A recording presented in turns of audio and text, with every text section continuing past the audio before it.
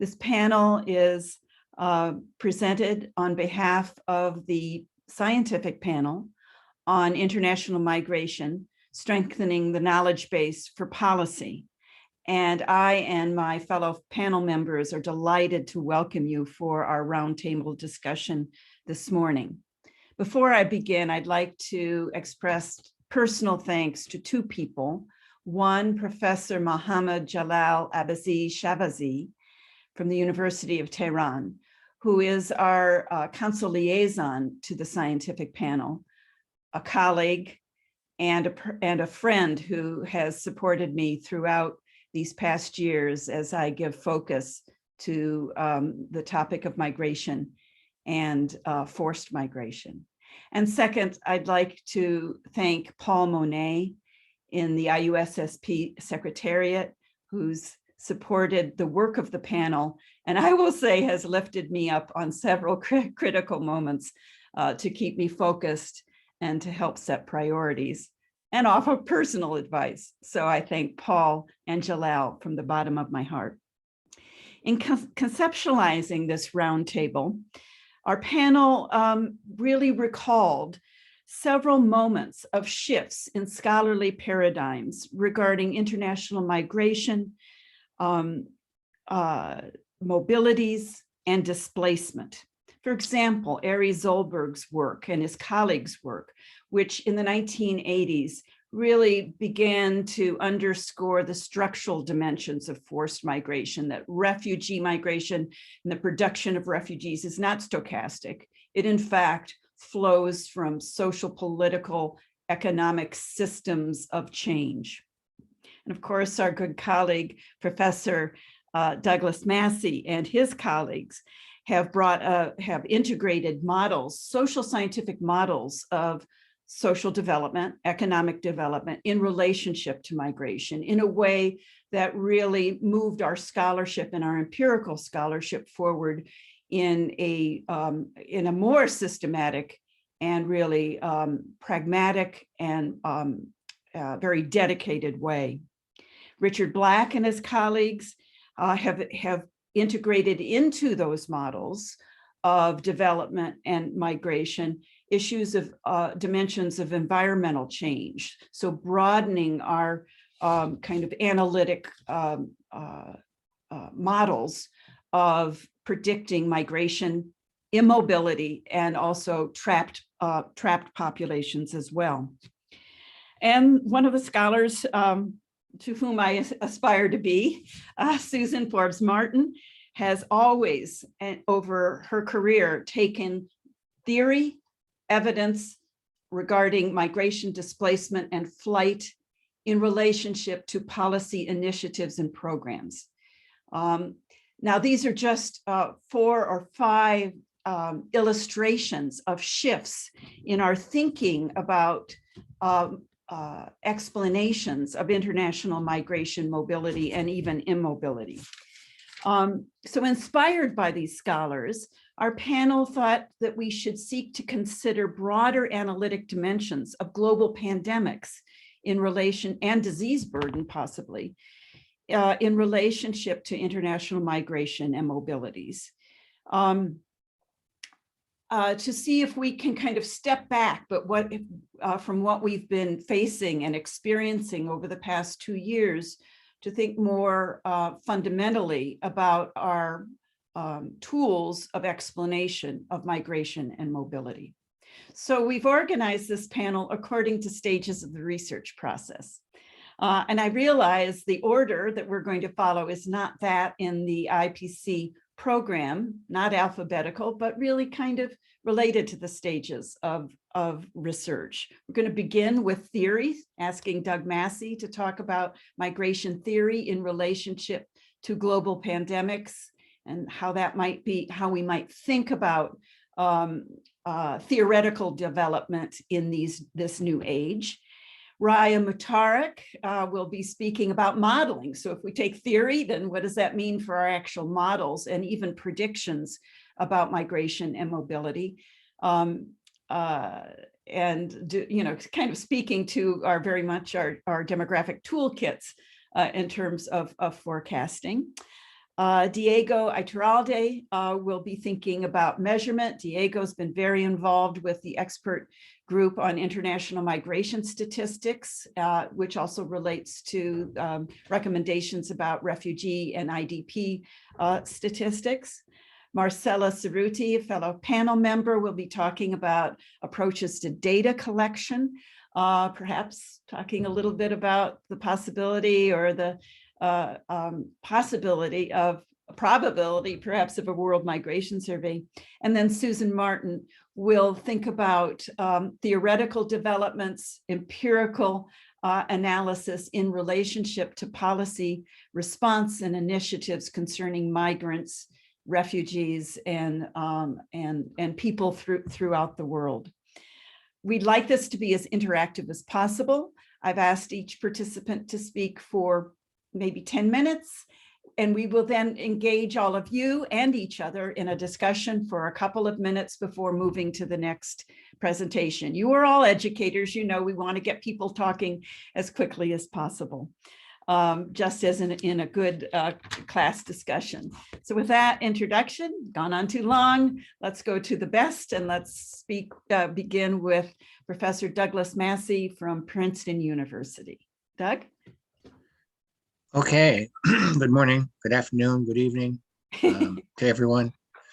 It seems like a long time ago, and it was a long time ago, when I chaired the South-North Migration Committee for the IUSSP that put together the theoretical synthesis that really, I think, governed research on international migration for a decade or two. A lot of things have changed since then. In the 1990s, it was a real triumphalist period when the Western democracies thought they had it all sewn up and everything was neatly tied into a bow.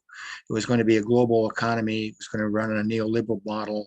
Liberal democracy was spreading through the world.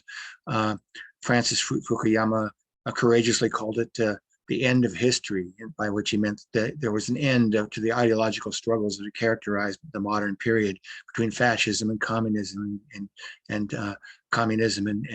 liberal democracies. President George Bush, the first, famously declared a new world order was in place, and multilateral institutions were going to manage this global economy effectively, and everything seemed to be well ordered, and we saw very ordered systems of migration around the world that we reviewed, and during this time it was assumed that most of the migrants were moving in order to access opportunities as part of a broader global economy, either migrating to maximize their income, to diversify their risks, making use of social networks in order to take these actions, and really participating as entrance into a global market economy that was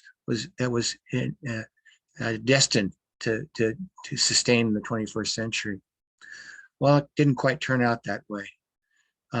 If you look at what happened during the 1990s, refugee migration was falling and falling and falling.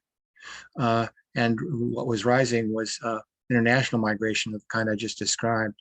But in the 21st century, things have changed. Refugee migration, forced migration of various kinds has skyrocketed. International migration continues, but under very different auspices. And the stable global economy that was envisioned in the late 1990s and early 2000s has really come undone in a lot of ways. The populist reaction throughout the world against globalism and the technological changes that have enabled it and created stark inequalities within countries, if not between countries, and brought more and more people into contact with one another. In the United States, there's a long history of anti-immigrant reactions, and they're always predicted by a coincidence of two factors: rising economic insecurity and inequality during a time when there's rapid demographic change through immigration. And when you get those two things together in time, you end up with a nativist reaction that has exploded not only in the United States, but throughout the world. So where are we now in the 21st century? I think we're in a very different world where the prevailing motivations for migration will not be moving to access opportunities in a right global economy, but really to escape threats emanating from in places of origin, and moving not in a strategic fashion, but more in a self-protection mode. The threats to human well-being in the 21st century are becoming increasingly obvious. Climate change has become a big factor, and climate change is producing severe weather events that produce sporadic and in many ways chaotic movements. More gradual climate change is producing droughts and floods and other conditions that create migratory pressures over time. Recent work in Mexico has shown that that when you look at things at the state level, you don't get much, but when you drill down to the municipal level, to the small area level, you find very powerful climate effects. And it's really creating a demand for more micro data from satellites and from other sources that allow us to really find out what the local weather conditions are, local climate conditions are around the world. Intertwined with climate change, I think, is really state failure. And we've seen failed states really producing a lot of migrants over the past several decades. Syria, which has now become basically a narco state and a confiscatory state that is taking away the capital of its own citizens to sustain itself. Venezuela, which is a classic case of state collapse. It takes real talent to take the country with the largest proven reserves of oil and bankrupt it in 10 years, but the Chavez regime seemed to be able to do that just fine. And it took Mexico 50 years for 10% of its population to end up outside the country in the United States. It took 5 years for 10% of Venezuela to exit the country looking for a refuge from the terrible conditions that prevail in that country today. And civil violence. These three things are intertwined, I think, in increasingly complicated ways. Climate change it creates political pressures which bring down states, and it's all intertwined with rising levels of violence. And we're certainly seeing this along the Mexico-US border right now as we speak. For decades, what we saw along the border was the massive arrival of workers coming across the border looking for jobs. It was a well-ordered system, despite the fact that after 1965, it switched from legal auspices to undocumented auspices. It was still quite ordered through between 1985, from 1965 to 1985. And then after 1986, as the border militarized, the order began to fall apart, and securitization of migration became a big phenomenon. And state policies were driving what was really happening. If you look at what happened in the case of Mexico-US migration, you don't predict it, what ultimately happened by theories so much as the behavior of the state. We need to bring the state back into theorizing to how states are going to respond. So it looks to me like in the future, we're going to have a lot of forced migration, coerced migration that's related to the desire to escape threats rather than a desire to access opportunities. And we see this in the midst of a global reaction against globalization, in which states are pulling back, becoming more autarkic, trying to impose greater controls on immigration in the context of increasing violence, both with global terror and with local civil wars and narco violence and ethno-racial violence occurring throughout the world. So it's very unstable times, very dark times, that is going to be a challenge to researchers, both empirically, because it's very difficult to do work in violent areas. Rural Mexico used to be a very safe place, but now the Mexican Migration Project has had to pull out of different areas after receiving death threats for trying to collect data. So that's a big challenge. It's also a big challenge for theory because it's such a chaotic landscape out there. So I think the challenges are really profound for migration researchers in the coming years. How to theorize this new world. It's not a new world order. It seems to be more of a new world disorder with the international system straining and threats proliferating throughout the world. So once again, I always end on a hopeful note that things will turn out well in the end. But I see a lot of challenges for migration, international migration, and domestic migration. And the latest wrinkle, of course, is the COVID epidemic itself, which was predicted. It was inevitable it was going to happen. Epidemiologists and biologists have been predicting it for a long time. It's only a matter of time, and the whole world was completely flat-footed, and met the challenge very poorly, and turned it into a politicized battle that involved politics between and within countries in ways that did not help to deal with the COVID pandemic, which immediately changed migration patterns. In developed countries, in the United States, there was a massive shift out of central cities into suburban and rural areas as the elites left the cities, just as they did in London during times of the plague, for safer, less dense areas outside. And of course, immediately countries began to try to close their borders and stop the flows from coming across, which in the end was not very effective, and in many ways exacerbated the problems. So COVID, and this panel is supposed to be about migration in the new world post-COVID. COVID is really emblematic of the new world order or disorder that we're in, where threats are proliferating, violence is spreading, threat-based migration is rising relative to opportunity-based migration, and it poses a series of daunting challenges to all of us migration researchers. Thank you, Doug. Thank you. You've set out a great deal of perspective. You've just ended on two kind of concepts of threat-based migration and opportunity-based migration. Where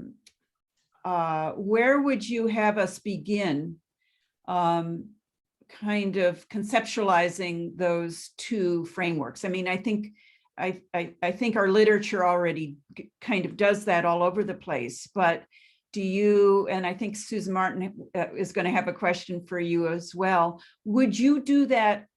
What you've always done so well and so importantly is to work at all three levels, kind of scales of analysis, micro, meso, and macro, to think about threat-based migration versus opportunity-based migration.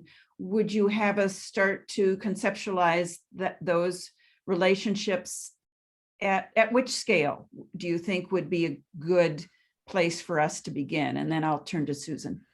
Well, I think it's good to start at the macro to understand the context within which people are making decisions and living their lives. I think a big problem for the field has been that refugee studies and international migration studies have been in different silos, and they were seen very differently. David Fitzgerald had a good paper in the Annual Review of Sociology where he basically argued that the bifurcation of research into refugee or forced migration studies and international migration studies into two separate categories needs to stop. We need to start thinking about these things as part of a common framework. Right. That's a historical legacy that we need to overcome, because it's not very effective in the world we're entering. So part of the structural change is within our own fields, where we have to merge forced migration studies with international migration studies, and realize that human beings have always moved for a combination of reasons. Sometimes they move to escape threats, and sometimes they move to access opportunities. That's always been true. And it's the balance of those two forces that have shift over time. Right. And we need to recognize that by a more thorough integration of our scholarship and a movement away from the silos of refugee versus free migration, so to speak. Right. That's excellent. I will say in the area of health studies, Holly Reed and I have kind of tried to talk about, I mean, there's, in terms of people trying to support refugee integration in the United States, the idea of separating people according to kind of legal and authorized status, refugee,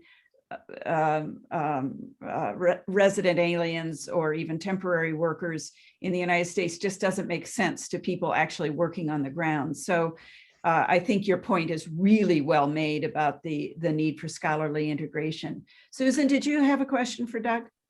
Yeah, and it's somewhat related to what just been saying about silos, because the other silo is between internal and international migration. I was just wondering if you'd, and actually, if you look, by the way, at the forced migration data really deeply, almost all of the growth is in internal displacement. It's not in international displacement. UNHCR's, people of concern, of refugees numbers have remained much more constant. But what we now have is this understanding of and large growth in internal movements, displaced forced migration. But how would you see the internal international dynamic from a theoretical point of view? I've actually been looking at a lot of UNHCR statistics lately for something else I'm working on. And the classic definition, the traditional 1951 definition, is rising slowly, but not much. But most of the growth is with IDPs, but also asylum seekers and others of concern, which is a nebulous category. And then they finally made a special category specifically for Venezuelans. So the statistical scene is changing very rapidly and radically as well. I agree that we need to think more about migration as a phenomenon, human mobility that transcends these various categories that we impose on it. I did a study, it was published about a year or two ago in Migraciones Internacionales out of the COLEF in Tijuana, that looked at the effect of violence in Mexico as a driver of migration. And we estimated models where the prediction was you stayed put, you migrated internally, or you migrated internationally in response to violence. And what we found was that, at least in the data that from the Mexican Migration Project, that violence in Mexico was producing internal migration. People left rural areas to go into cities because paradoxically cities are now safer than rural areas where the cartels dominate. And the effect, violence had a negative effect on migration to the United States. So that begs the question of what's happening along the border now, where between 2008 and 2018, Mexican migration was net negative, and the undocumented population fell by 1.6 million people. Quietly, the United States massively increased the number of guest worker visas, so that the people who are migrating are now migrating in legal status. And the border reached its, the number of Mexicans apprehended at the border reached its absolute minimum in 2017, about 120,000 apprehensions, as opposed to 1.6 million in 2020. But then in the last 2 years, there's been another surge at the border. And in addition to the Central American families and children who reflect the kind of the new face of migration along the border, there's been a resurgence of adult migration from Mexico. And we're trying to figure out what's going on, whether this is climate related or crime related or what's happening. But we need to integrate across these categories: refugee versus labor migration, and internal versus international. I agree completely. Great. Thank you, Doug. So Raya Matarak has said that she's going to connect to several of these points. So I'm very pleased to turn to Raya from the Wittgenstein Center for Demography and Global Human Capital of IUSSP. Raya, it's great to see you again. Raya's been involved in some of the work that Holly and I have been involved in for the National Academy of Sciences. So thank you, Raya. Thanks. And then now I struggle because I try with the sharing screen. Okay, so maybe this work. Are you seeing my screen now? Not really, right? Not yet. Okay, so just come back. Sorry about that. We No tried problem. before and then And it worked beautifully, so it will. Okay, sharing. There we go. seeing it. But Excellent. yes, so I just want to say that I have to admit to Douglas that I'm one of these people who does the silo analysis of forced migration or migration, and I guess we have discussed that it's a data issue as well, right? That we tend to work either from the refugee-related data or on the using the census to derive migration. So we understand that we should see migration actually, or forced migration, as a continuum, because people probably move from different categories. And I'm not sure. I'm going to put on the table that maybe some of these new data sources like this, the non-traditional social media or internet data, maybe we can use some of this data to tackle this issue. Just put on the table, and because I guess this panel, it's a good opportunity, because I've seen so many migration scholars in the audience, to discuss of how we can move the field forward. So in relationship with the sort of the, how do we try to understand the implications of the pandemic on migration, because we know that it does have an effect.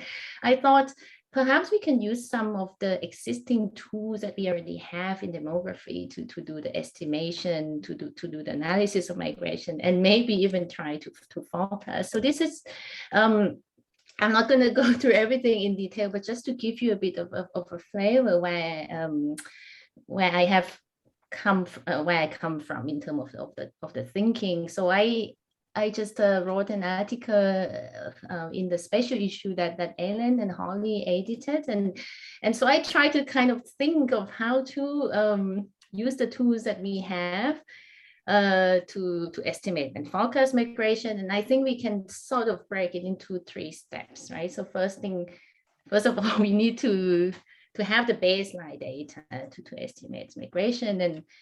And in the past 10 years, actually, we have seen already a lot of improvement to derive migration flows data, which is quite important, actually, because it's probably for certain research questions, such as the impact of the pandemic, for instance, migration flows, which is more dynamic than stock data, where we know where people come from and where they go to, is probably more relevant, because we want to measure it in sort of in a dynamic way. So there have been a lot of improvement actually to derive flow data. That's one advancement in the field. And then secondly, we can also think of, well, Daka already mentioned about the drivers of using a theory to understand or predict migration, right? So if we know the changes in the drivers, like socio-economic drivers, environmental driver of migration, when we can capture these changes, we can also use the type of econometric models to predict the likelihood of the patterns or the trends that migration could happen. So that is also one way to try to understand how migration would look like in the future. So combining these two, once we have the baseline data, and then we can also look at how the drivers of migration would change or would affect migration change in the future, then perhaps we can think also about how to forecast future migration. And at this point, I think the tools that we already have in terms of population projections, and maybe use a scenario approach, we can probably see how migration would look like in the future. So combining sort of the 3 knowledge here. So I'm not going through everything into detail, because I just recommend you to probably take a look at the articles by Guy Abel, my colleagues, and then Joe Cohen, because they have summarized. I just mentioned earlier before that there have been quite a lot of advancement in terms of using the existing stock data, such as the UN migration stock data, to derive migration flows. And in the past 10 years, there are different techniques. We can use the demographic accounting system, for instance, or combining also with the Bayesian model to derive flows data. And I think the usefulness of this article is they also compare and validate the results of different methods. I would just recommend you that at least some kind of knowledge on flows data we have moved forward also already in this field. But the thing is, when we talk about when we try to get flows data, we still rely on existing stock data. But it doesn't mean that every time period of every country may have a good stock data, right? So in this case, there have also been an attempt to, what about turning into non-traditional data sources, so that this is the work mainly led by Emilio Zageni, but of course on other colleagues as well, so my colleagues in Vienna that have been working on looking at data sources like social media data, Twitter, email messages, mobile phone record, also satellite data, which tend to be used when we want to look at displacement, for instance, or even internet search data to derive migration stock or migration flows data. So the idea is pretty much, if we know where people log on into their email, or maybe where they tweet in certain locations. So Twitter data, for instance, also is geo-coded, so we know where people tweet. And then maybe after a certain period of time, probably after 6 months, depending on the definition you want to get, they change the location of tweet. And then they keeps on tweeting in the new location. So you may say that, okay, that people have moved. So this type of data can also be useful, and there have been an attempt to validate also this non-traditional data source. So now when it comes to COVID, because I think other panelists are going to talk about the implications of COVID-19 on migration. So we know that it has an impact that we have already observed, right? So COVID have well, the direct impacts we already see in 2020, the travel restriction and the lockdown, it did reduce both asylum-seeking applications and also migration in general. And it may also have direct impact as well. For instance, the labor market have changed. The demand for low skill, high skill would change. And also, I think Douglas also mentioned about the limitation of resources that people would have also to migrate, right? Because even with COVID, it's mean the economic condition may not be as good. People may not have resources to migrate. So that indirectly, it would have an impact also on the ability to migrate. So yeah, so with our interest, so we haven't got funded yet, but it's the idea that if we get this funding, how are we going to model and capturing the impact of COVID-19 on migration, but also if migration change, for instance, in the case of the EU, it would change also the labor market productivity or structure in the future. So I sort of with my colleague, we thought that we can try to use the tools that we have, and then see if we can really capture the impacts of the pandemic on migration. So for instance, so we may think of, we look at the changes in regulation or travel restrictions, so using this type of econometric model, so the drivers change, and then look at how it affects migration. And migration, we can measure it. Of course, maybe the data on actual migration flows might not be ready, because many countries also have suspended the census collection in 2020. So it was planned, but it wasn't collected. So we may think of deriving migration from using migration intention data. Actually, there are many surveys actually that ask people, such as the Afrobarometer survey, which is done in African countries, or Arab Barometer survey, and the Eurobarometer survey, that ask people about their migration intentions. Previous studies also have shown us actually that the migration intention is the kind of have some good correlation with actual migration. It's not perfect correlation, but can be used to predict the actual migration flows as well. And one could even combine that with the type of digital data, because such as Google search data. There have been previous studies also that try to say that because if you want to move somewhere, you probably, and Google is one of the probably most used search engine, maybe not in China, not in Russia, but still most used in other places in the world. So people would do Google search. So, and that can be probably is an intention, right? So we can capture intention that way. And in this case, perhaps being refugee, asylum seeker, or the kind of labor migration, we don't have to distinguish that, because maybe wherever you want to move, you probably have done some search. So we can think of combining all of these data sources in the and try to derive the migration, like the stock or flow. For instance, we combine the survey data on intention, the search data. So we have to validate that the search data is good enough to predict intention, use the intention data to predict the actual migration. So combining all of these type of data sources, and my colleague have been working along this hierarchical Bayesian model framework, and then validate the uncertainty, and then see how much it can predict the actual migration. Of course, depend on country that we look at, but it can be quite a powerful tool actually to tackle this type of question, particularly in time that maybe the good migration data is hard to obtain. So that's just a way of thinking. Then I just move quickly to the forecasting one, and then I would stop very soon. So once we probably have the baseline, we predict the driver of migration, then moving forward into the future, so we may think that one could use the population projection models, which has migration component in as well, to forecast the future migration.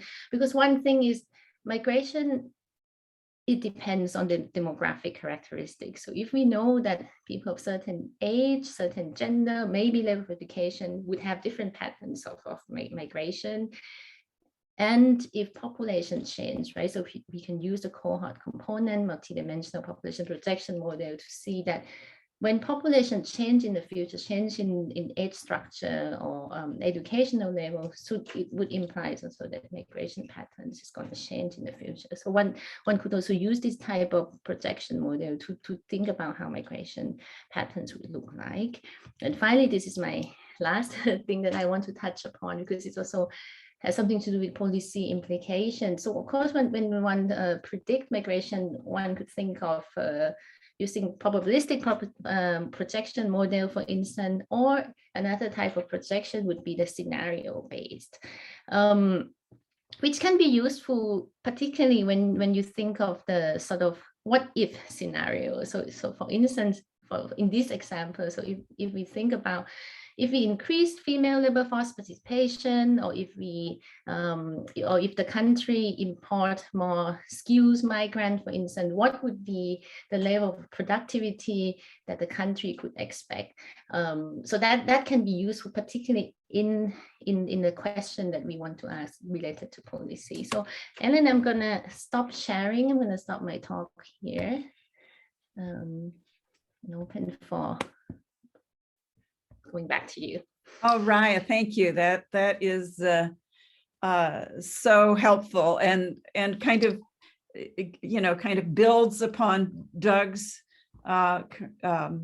framework to kind of take us to the analytic decisions and constraints and opportunities that we all face. I mean, now Michael White has a question for you. He wonders if you would be able to elaborate on the promise and peril of digital trace data in this sphere, since those data are very available, rapidly available, but perhaps less representative.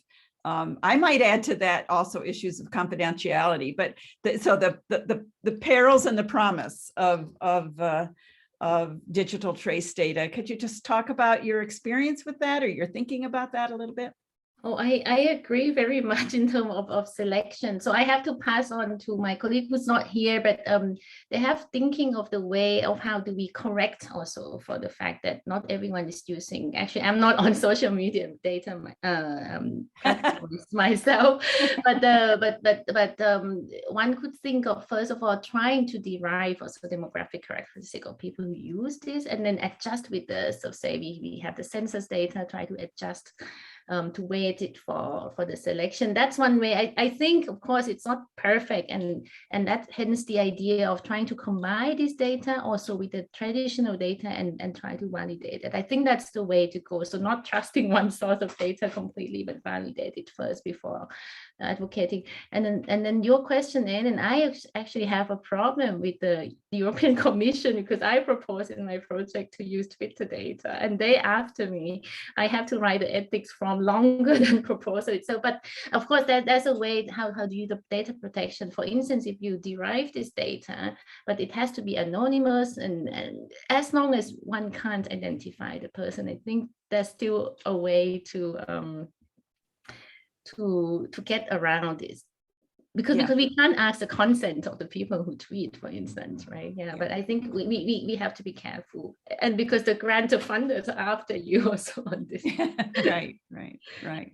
Very good point. There's another session later, I think on Friday, chaired by Ramesh Silva, who on issues of administrative data and ethics. And I mean, we all know we have to keep our eyes on those issues, because data can be misused, and it's a delicate pathway to walk, but a very important one. One that I know, and thank you, Michael, for that very good question. Thank you, Raya. I'm going to turn now to Diego Iturralde, who lives in this world of administrative data, as well as more classical sources of population data, in his role in Statistics South Africa, a good friend to the panel, and also someone who knows a bit about COVID. So Diego, I will turn to you. Very much. Good afternoon from South Africa. Good morning, good evening to all of you. I'm very honored to be on this panel this afternoon. It's also ironic that we are speaking about the intersection between migration measurement and COVID in a week where I'm recovering from COVID, but also at a point in time where, as many of you may be aware, as a result of the scientific breakthrough and transparency of South African health scientists, South Africa and the Southern African region has been met, shall I say, with contempt and with a blanket ban in terms of travel and movement out of the region, as well as into the region. And at a point in time where science should be pushing back on popular sentiment, it seems that the opposite is still occurring. I want to speak today maybe about two things. Firstly, about my experience in the UN expert group on international migration statistics. I'm very honored to have been asked to be the co-chair of that, along with Frank Latsko of the IOM. Well, to give you a little bit of background, the expert group was formalized at the Statistical Commission of 2018, and its main task was really to look at the recommendations of international migration statistics, which had been in existence since 2018. Since 1998, 20 years prior to this. So that's the current document, which is currently still active as the document from the UN Statistics Division, which recommends on how migration ought to be measured. In turn, that document was a update on a 1976 publication. So it's clear to see that over the 20 years since 1998 to 2018, human mobility and migration has changed a lot. And so the UN Statistics Commission approved the establishment of this expert group to look at updating the recommendations from 1998. One of the key things in trying to formulate the work of this expert group was identifying how it would be arranged. And I think in this regard, we identified 5 task forces. Task Force 1 was on data and indicators set on international migration. and this is a piece of work which is being chaired by Morocco and UNICEF. And this work is in its final stages of being completed. So I'm fairly sure that we should be able to share this with the UN Statistics Commission, not next year, 2022, but certainly 23. Task Force 2, which is the one that had its first piece of work done, which was presented earlier this year, was on key concepts and definitions. This task force is really the central task force to everything else that's being done. And this was co-chaired by the Eurostat, Australian National University, and the UN Statistics Division. Task Forces 3, 4, and 5 are still at the initial phase of their work. Data integration is being chaired by the US Census Bureau. Best practices was chaired by the UNFPA. The official, unfortunately, left the New York office of the UNFPA, and I think the UN Economic Commission for Africa is leading this task force. And finally, the fifth one is on a global program on migration statistics capacity building. And this is being led from one of our members, expert members, not a country representative, expert members residing in Japan. So that more or less kind of explains the background of the work of the expert group. In focusing on the conceptual framework, I think that our point of view had been to create a conceptual framework that enables us to be consistent with the population growth formula. Also, in so doing, highlight the importance of migration flow data, because this it's important for estimation and forecasting, which Raya spoke about earlier. It's important for policymaking and research. We need to know who comes, who leaves, when and why, and how this changes over time. If we looked at flow data in 2018, 2019, we would probably have seen numbers that are as expected, but we would never have anticipated what was going to happen in 2020 and 21, and who knows for how long, and how the impact of something like COVID-19 has an impact on the movement of people in different parts of the world. So it's important for data validation, as well as the platform for sharing information, harmonizing definitions, removing inconsistencies. So, for example, I can indicate that the former definition of short-term migration is not something that we use anymore. That was the definition for between 3 to 12 months. That's not used anymore, but we use either this definition of a household member of residing in the same household or intending to do so for at least 6 months, or if a country prefers it, use the definition of 12 months. Anything that is less than those 6 months would refer to someone belonging to a mobile population and not as a migrant, strictly speaking. Now, the expert group is made up of 21 countries. There are 20 agencies involved and 4 independent experts that form part of the meetings. And we take on an inclusive approach of ensuring that members from around the world are represented and that their views inform the work of the expert group. Ultimately, we try to strike a balance between a set of recommendations that fosters the production of migration statistics on the one hand, and common standards, definitions, and concepts to facilitate comparability between countries on the other. So the work on the conceptual framework has been released at the UN Statistics Commission, and there are various initiatives in regions around the world of popularizing this conceptual framework.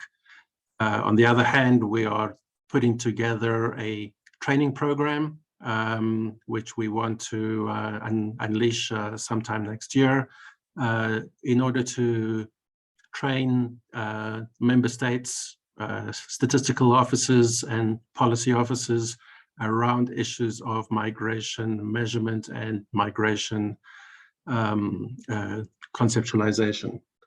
On the issue of, so I think that was the one thing I wanted to speak about the expert group. The other thing was around migration measurement in a time of COVID and its impact on research. I think even before COVID-19 occurred, it became abundantly clear to us that we need to think more out of the box in terms of migration measurement. The population censuses are still an important form of information with regards to migration measurement, and South Africa is preparing for its delayed population census in February next year. So this still forms the basis upon which a lot of migration related indicators and research will be done, but we need to think about other forms of migration measurement. And this would include, in no particular order, inserting migration modules into existing censuses. Of course, the bigger prize would be to have an independent migration survey, and Marcelo will speak about that in a moment. Looking at administrative data, the IOM and the Joint Labour Migration Project is currently having a project in South Africa, a pilot project, looking at a variety of sources of administrative data and seeing to what extent these can be used to derive labor migration indicators. So we are speaking about indicators that are collected by a Department of Home Affairs, Department of Labor, the Revenue Service, education departments, health departments, even as far as the police and correctional services, amongst others, to see what kind of information is there that is being generated on an ongoing basis that we can use, and that will be a far more cost-effective way of creating migration statistics. It is, however, I mean, one of the key policy questions is in South Africa and in Southern Africa as a whole is really around undocumented migration. And if we do not have a good handle on the administrative statistics, it becomes very difficult to make an estimation using some kind of residual method on the size of the undocumented migrant population. So there's a vested interest to make sure that we can account for as many foreign-born people in South Africa through the administrative sources in order to be able to answer that specific question. Of course, there are other sources as well. Last week, there was a session on big data, which was hosted by IOM Jimdeck in Berlin, on using big data to formulate migration policy. That was looking at sources such as Google data, digital data tracing, Facebook, Twitter, LinkedIn, and there is a lot of work that is happening in this space. But I must say that the work of data scientists in this regard is a type of work that a traditionally trained demographer or migration scholar would find difficult to follow. I found that they tend to speak in their own language, not a language common to a demographer or migration scholar. But regardless of that, I think it's something that we need to embrace and that we need to view as complementary to official and traditional data sources. In many parts of the developing world, we also have demographic surveillance sites. These are small geographically defined areas where data is collected on the people who live in them and collect the demographic information that these people have, mostly from a health perspective. And South Africa is fortunate to have 3 of them and are actually expanding to as many as 7, which would by far make it the most number of surveillance sites any country in the world has. And by the time these 7 sites are up and running, they would represent 1% of the total population of South Africa. So each one has its own characteristics. So it would be able to tell a specific story about each type of characteristics. And then finally, the development of a population estimation model similar to the World Population Prospects, but at a national level, which is able to produce outputs on migration trends. We produce it in 5-year cohorts, so we're able to indicate internal migration streams in a 5-year cohort, as well as net international migration in that 5-year cohort at a provincial level. And in an intercensal period where administrative data is still weak, we find that this is a very useful tool in terms of contributing to the discourse around migration in South Africa. So in a combination, I call that the ABCDES model of migration data, being admin, big data, census, demographic sites, estimates, and surveys. Then in closing, I know I've gone over my time by now, is around how COVID has impacted data collection. In South Africa in particular, data collection used to occur on a face-to-face basis. We have a professional field workforce within Statistics South Africa who goes out to the sampled households. With COVID-19, that of course became not possible. Fortunately, one of our surveys, the labor force survey, did collect telephone numbers of respondents, and so we at least had something to start with. In between waves, we were able to go back to the field and ask people for phone numbers, so that when the next wave hits, we can revert to a CATI type of data collection. But we have found that response rates are much lower with telephonic surveys than with face-to-face surveys. We haven't tested web interface at a household survey level, but the web interface will be available in the upcoming population census. So we are hopeful that people will register for the telephonic and web interfaces, particularly in the more urbanized settings, in the more high-walled areas, where face-to-face enumeration has been weakest. But we also acknowledge that response rates in these areas due to this are much lower and require a methodological intervention in order to ensure that results are still representative. So I think on that note, let me pause there, and I'll be happy to answer any questions that there may be. Thank you, Diego. You've covered a lot of ground. I am going to turn to Marcela next, but you have connected. I mean, if we all think about the 3 presentations, Doug has introduced us to thinking about the need for interrogation of at the personal and household level, reasons for migration within broader context. Raya has shown the relationship, perhaps the empirical relationship between the need for research on the relationship between intentions and actual movement. And then Diego has introduced some ways for allowing us to dig more deeply about, to gather through web-based interfaces, perhaps more richer data on migration characteristics, migrant characteristics, as well as migrant motivations.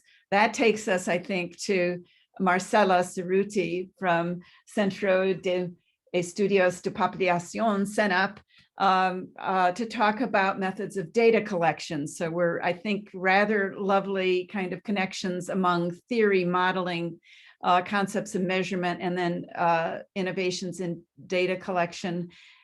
I guess always embedded in this envelope of complexity for the individual, the household, the region, for communities of origin and destination, and also global processes. So Marcela, if you could help us think through issues of data collection kind of within that, with those broad characteristics.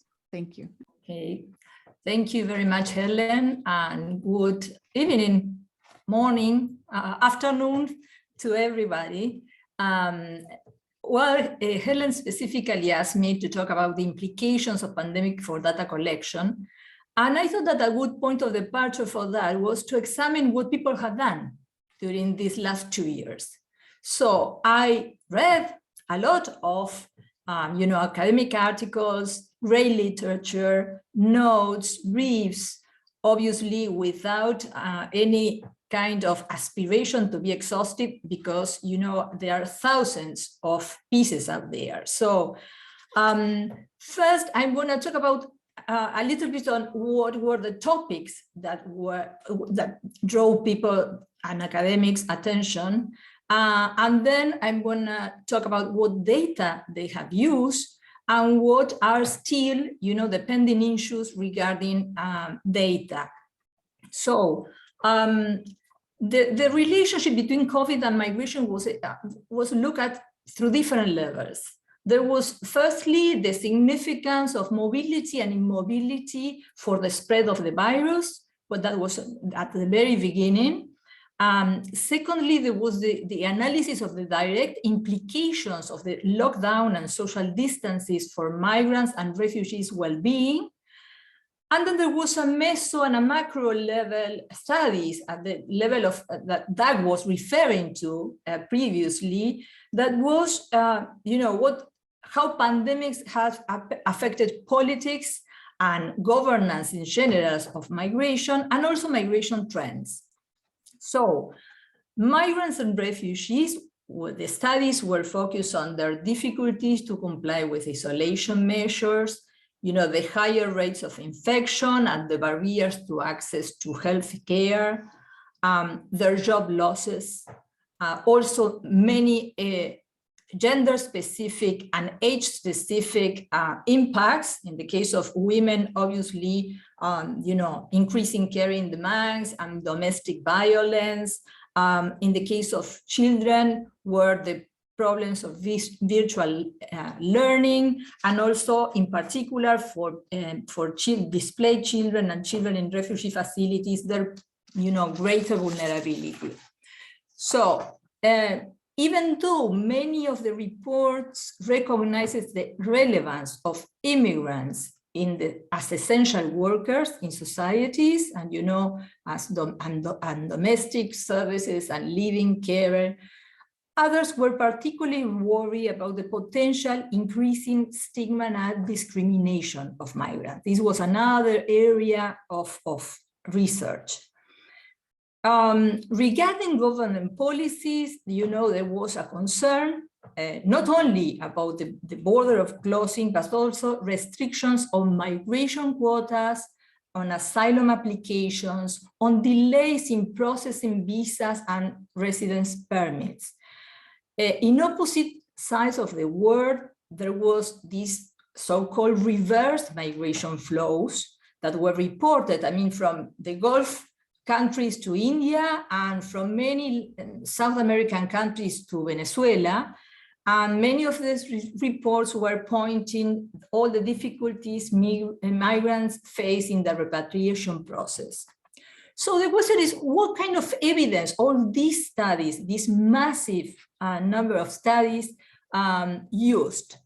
Well, initially, they were basically based on the knowledge we already have, were inferences on, okay, we know that migrants and refugees are vulnerable population, so therefore we infer all the consequences to them.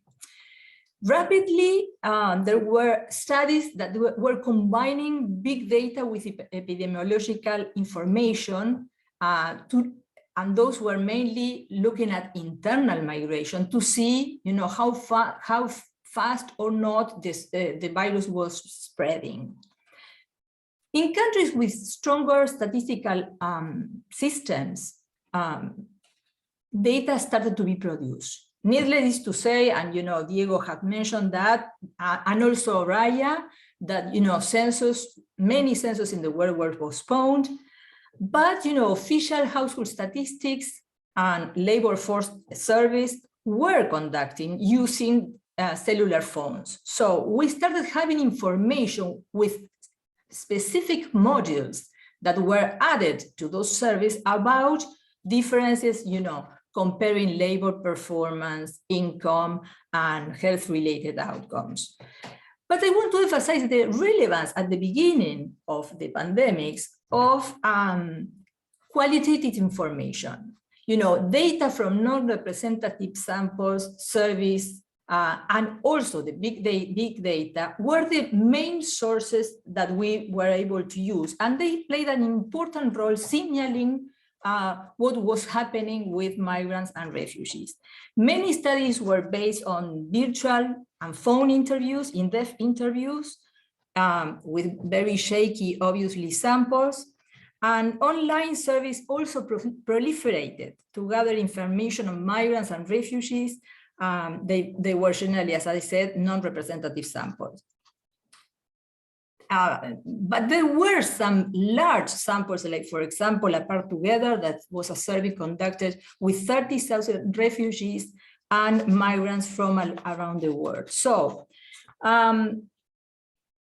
aspects of the migration process, like, for example, the study of stigma and discrimination, was not only conducted by opinion polls, but now we're adopting and using, reading and interpreting the messages through social media. So many researchers employed a variety of approaches and methods to study this interrelationship, and the most innovative approaches were probably the ones using digital data, as you have said, many of my colleagues. So cellular phones, social media, Google searches have shown to have a great potential. But, and the importance of this data is that it's provided in real time, something that traditional sources of data cannot do. However, we all know the potential biases of this data, particularly, and this is a problem, in countries where you don't have external sources that may help you to correct those biases. So we know that big data is not a substitute of traditional data, traditional migration data. So for many countries in the world, the pandemic has exacerbated data needs, as Diego have just mentioned, because we still have a pending issue on how to improve administrative data and population register in most countries in the world. And I'm very happy that South Africa is doing that, but it's not an easy task, because to convert administrative data in statistical meaningful data is really a long shot. So someone talked about thinking out of the box. So I know that I have to adopt here a kind of a militant position, because from the International Migration Scientific Panel at the IUSSP, we've been working and we've been promoting the development of a world migration survey. This is not a new project. I mean, Doug knows it very well. This has been an idea that has been coming and going for a long time now. So what we've been advocating is something that is really similar to the World Fertility Survey, that would use a similar instrument and common and comparable methodological approach in all countries. I mean, in countries of origin, destination, and also transit, to generate information on drivers that we really need now. I mean, after, the DAG's presentation on how drivers of migration have changed, impacts and traits, specific traits of migration processes. So I could talk a bit more later on methodological requirements for this kind of survey.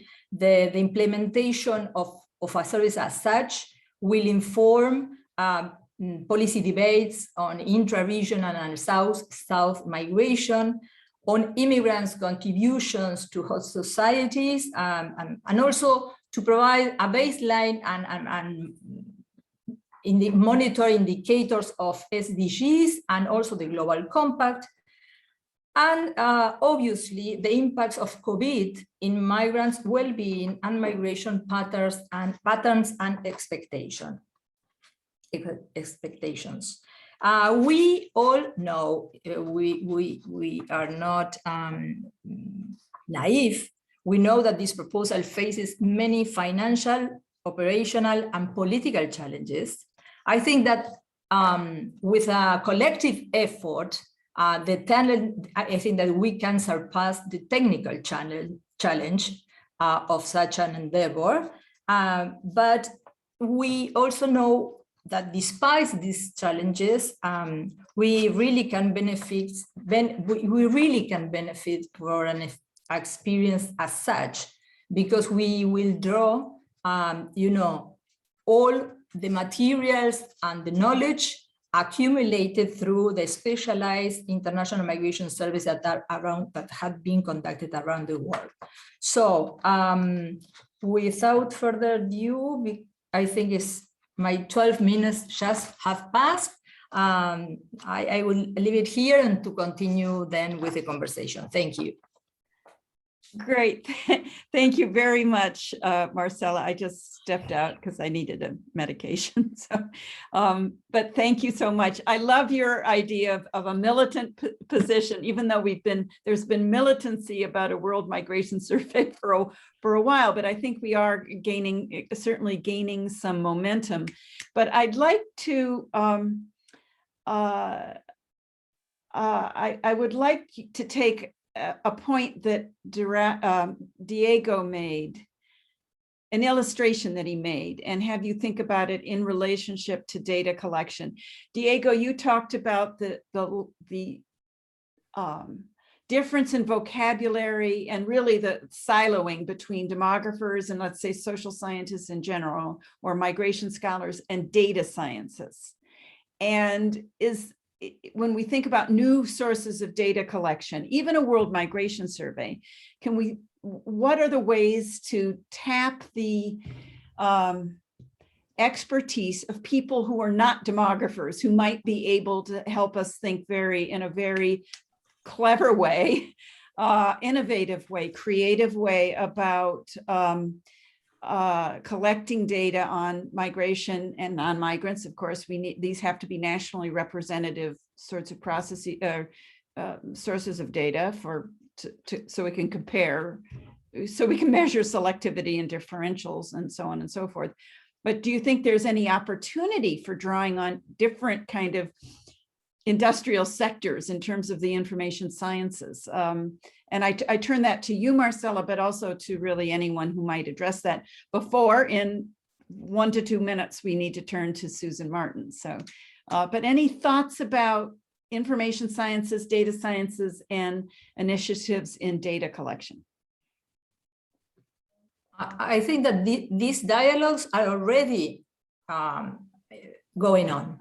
So we have to learn more about this, but there are many groups of international migration scholars who are working with data specialists. So I don't think that that's gonna be a problem in the future.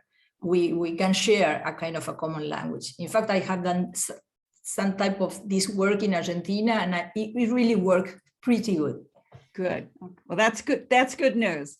And so I'm going to thank you. And I'm going to turn to Susan now, because I know Susan has been very involved this is a little off topic, but I know in terms of your forecasting about displaced populations and refugee movements, real, very creative work going on there. So it's a delight to welcome Susan Martin from Georgetown University, who is now sitting in a very beautiful area of the world herself. So thank you, Susan.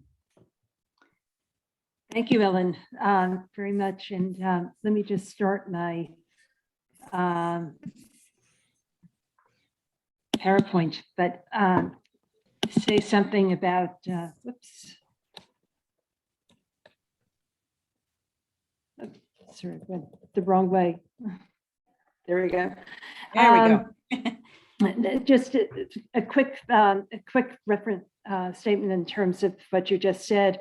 Yeah, I've been working with colleagues in the computer science department at Georgetown and York University, and we have a group of migration displacement experts working with the computer scientists on the use of big data and forecasting mass movements of people, and trying to see if we can use Twitter and newspapers in order to, local newspapers, in order to be able to get indirect indicators that people are likely to be moving and ship. We've been using over 1 billion tweets in order to try to figure out what we can derive from that. And it's, you know, I agree totally that it's a different language. And it took us quite a long time before we could understand each other, but it's been well worth the effort to do that.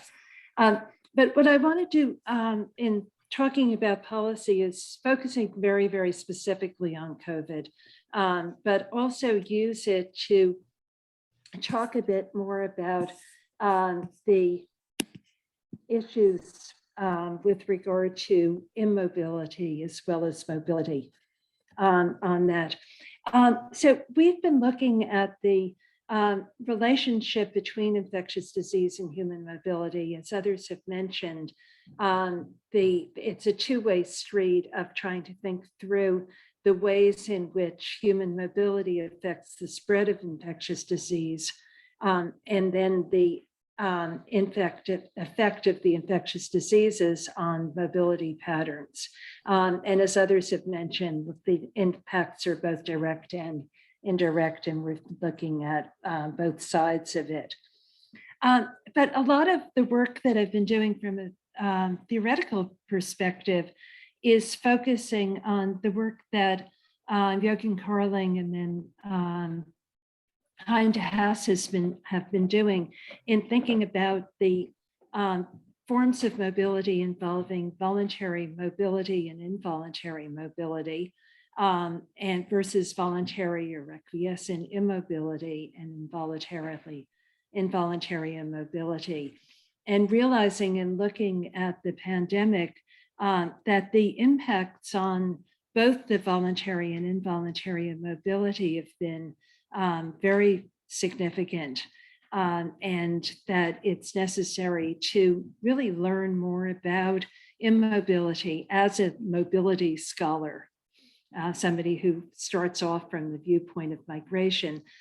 We tend to think about people who don't move as our control groups, as the counterfactual, and not in terms of really wanting to understand why it is that people don't move and to what extent it is voluntary or involuntary.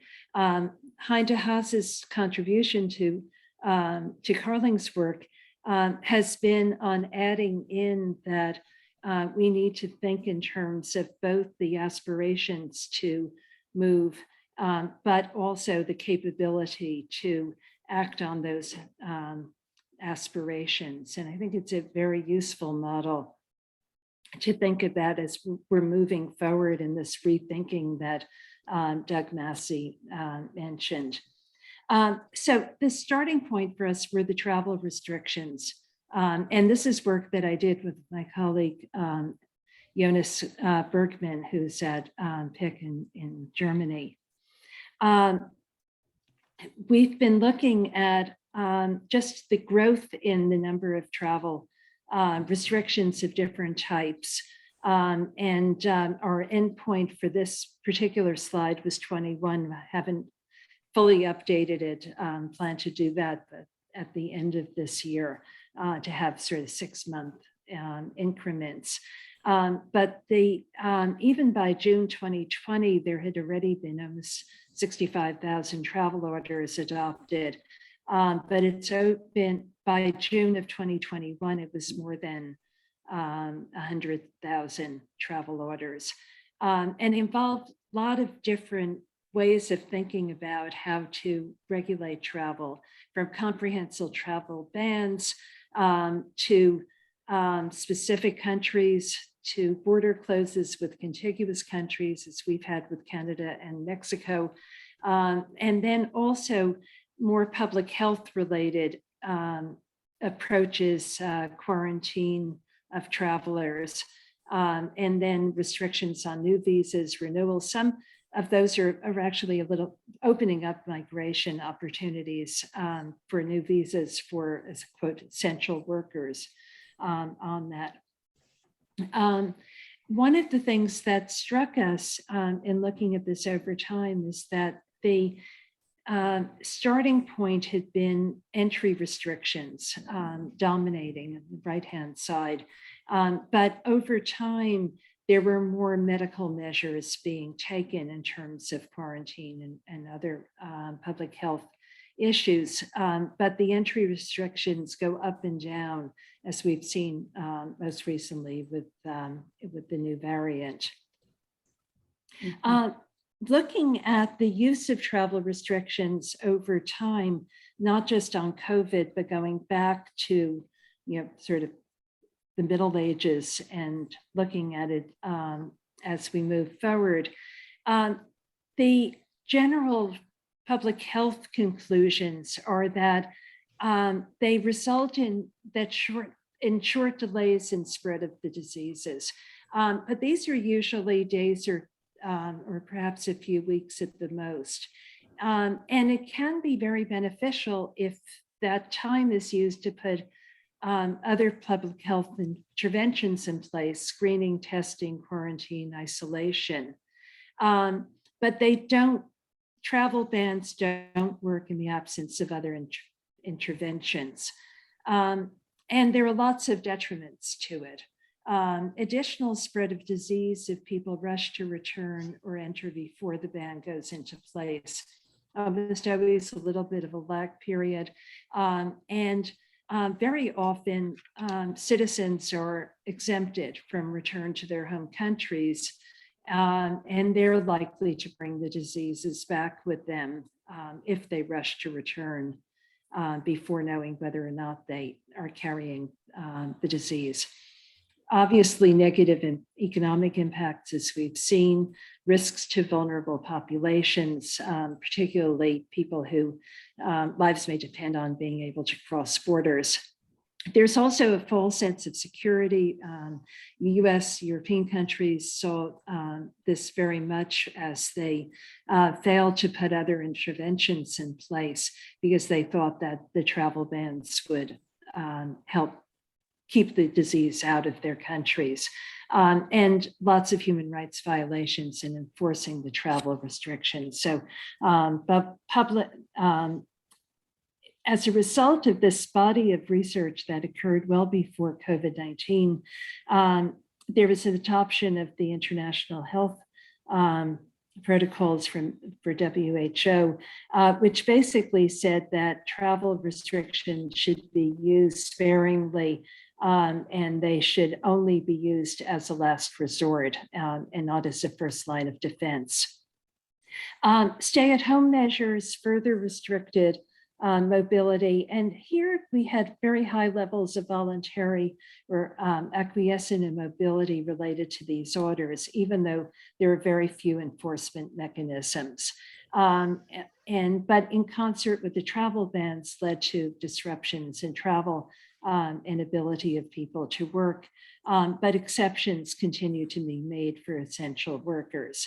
I won't go through this. We all know the economic drivers of mobility related to the pandemic, which also reduced mobility. But we then saw also shifting patterns of internal mobility, the urban to rural movements that Doug and others have mentioned that were quite significant, but often trying to find a way to get home was very difficult. This is in New Delhi, the photo of people having to walk home in many cases because they couldn't get any kind of transport. And this repatriation that was also mentioned. So let me spend my last couple of minutes talking about what some of the policy-related research priorities should be, given this pattern that we've seen of really kind of new patterns of movement. I think the first and really important one is that we just need to do a better job of conducting research on immobility, in understanding what forms of immobility are voluntary and fine, if as long as in some cases, voluntary immobility can be harmful over a long period of time, particularly in the climate change situation when things are getting worse and worse and worse, and then people have no other option except to be displaced or to face serious harm at home. So we need to know about voluntary immobility, but also involuntary immobility, what sometimes in the climate change and pandemic context is referred to as trapped, people being trapped in place. We also need more research to understand the unintended but predictable side effects of travel bans. I think we now have a lot of evidence that they have adverse consequences, not just for the people who are unable to travel, but for the broader society, particularly in terms of the economic, but also the social, educational, psychological side effects of some of these restrictions on travel, both voluntary and involuntary. And there's a particular need to assess the impact of travel restrictions on asylum seekers and on the overall right to seek and enjoy asylum. As we've seen in the United States in terms of the Section 42 position in terms of the public health guidelines that have been preventing people from entering the country in order to apply for asylum. And these kinds of bars are elsewhere as well. We need to understand better and need more research to understand the decision-making process in determining whether and how to issue the travel restrictions. We've talked about silos in the research community. They're, I think, even worse when you're talking about the policy community in terms of all of the different agencies that generally don't need to work together very well, but in the case of a pandemic have to come together, or any kind of crisis that's going to influence decisions on migration. Then determining how best to plan for the effects of pandemic responses on human mobility. It's related to the decision-making processes, but also research in terms of what's needed in terms of preparedness. COVID-19 is not going to be the last pandemic to affect us, and probably not the worst. So there's a lot of need now to really think through what the lessons of these prior pandemics and COVID-19 have been, in order to have better information for policy planning purposes, as well as for practical purposes in terms of the response. And then certainly understanding these new patterns of migration, particularly the urban to rural migration. This has been seen in terms of COVID-19, but there is likely to also be some shifts in terms of urban to rural migration in the context of climate change, when big coastal cities are particularly affected by rising sea levels.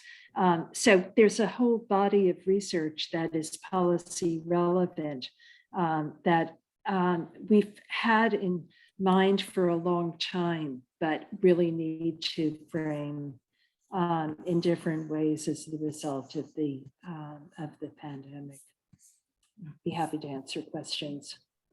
Thank you, Susan. And I know we have a comment from Thomas Legrand, but I do want to say this is your outline. You've raised issues of research design, which I should have included in the list, of course, which is so critical and has implications for a World Migration Survey.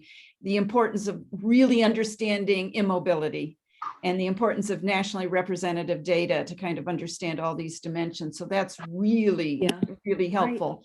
And I apologize, I'm not allowed to stop sharing. It's that's always saying okay. a new share. No, I think that's absolutely fine. Leave it up there. That's a good title. And we also need to think about the policy implications for residents, going to Doug's point about xenophobia, immigrants within a country under issues of COVID restrictions, something my colleague Sophia Gruskin at University of Southern California is thinking about very carefully, and the vulnerability of immigrants within the context of COVID. Thomas, would you like to make a concluding comment on our session? As I thank everyone who has been here, listened. You're very loyal, and of course these wonderful participants. But Thomas, can you conclude us?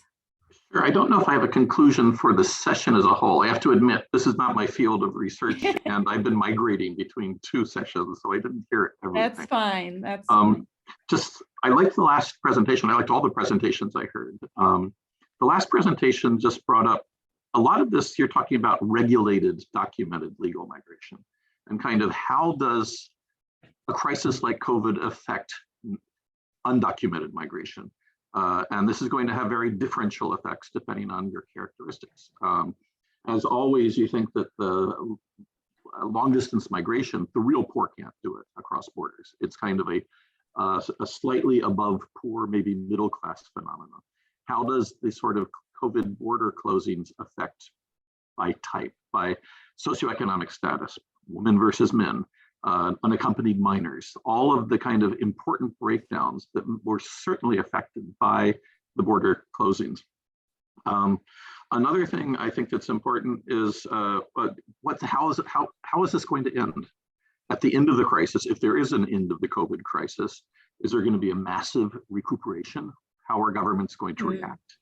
Are there going to be very long-term sustainable effects on immigration laws, on people's behaviors?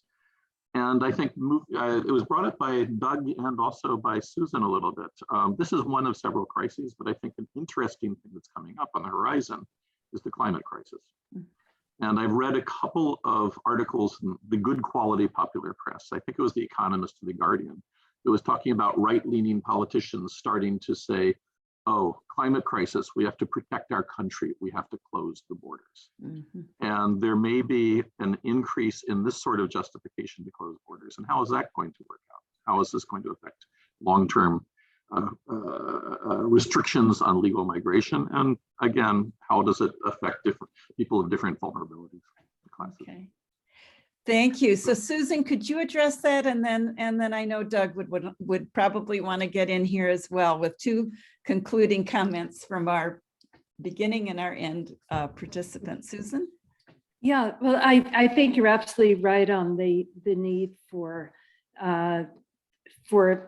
learning more about how the pandemic has affected different types of migrants, and not just to think about it as a homogeneous mass. And I think that some of the travel restrictions have reduced the undocumented migration, not necessarily the attempt, but the ability to cross into other countries, certainly as we see on the border of the US on that. But it's also increased some of the voluntary immobility, because if jobs are not available, that pull of employment is just not there. We've seen during financial crises that legal migration continues at about the same pace, but undocumented migration tends to fall off a bit more because the economic pull factors aren't there. on that. And I think it's still really not known how the reaction to climate-related migration will unfold. I agree that there are certain pressures on governments to think about closing borders. There's also some pressures to open them, but in a more organized way on that. And public opinion is actually kind of interesting. There's a poll that the German Marshall Fund did, about 20 countries, Europe and North America. And when asked about different causes of movement, there was a lot of positive responses to people who've been affected by natural disasters and negative to people affected by conflict.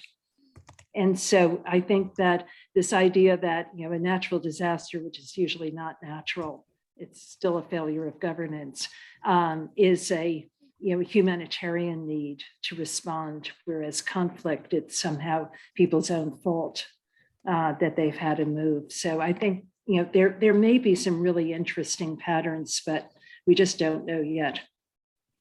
Great, thank you.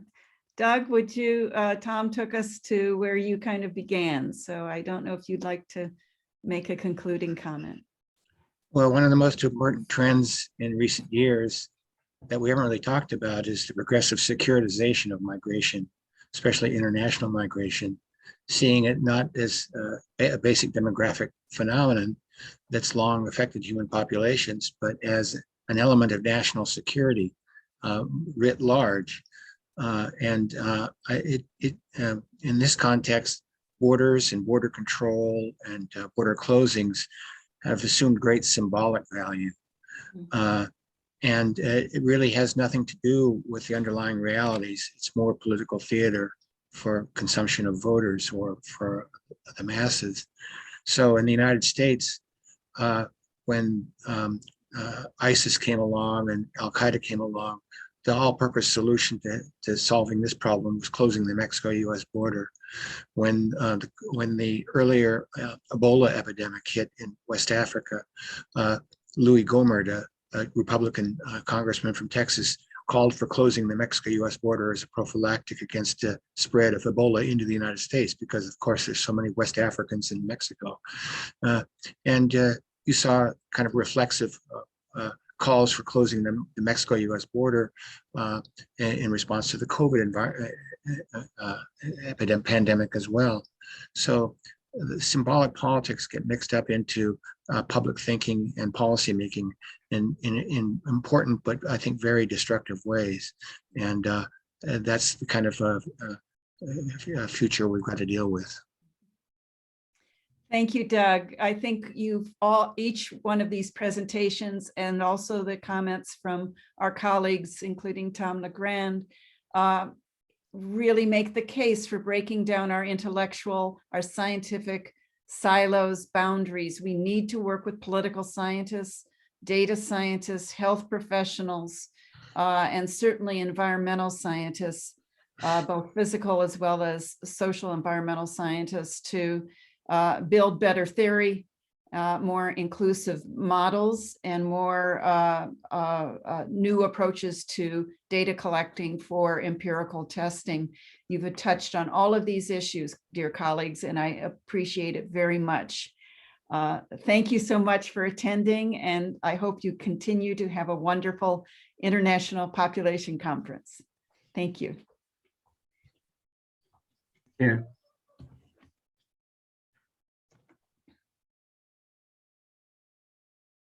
Thank you all. Thank you. Thank you, Ellen. Bye-bye. Take care, Ellen and Diego. Thank you. Feel Thank better, you. everybody. Yeah.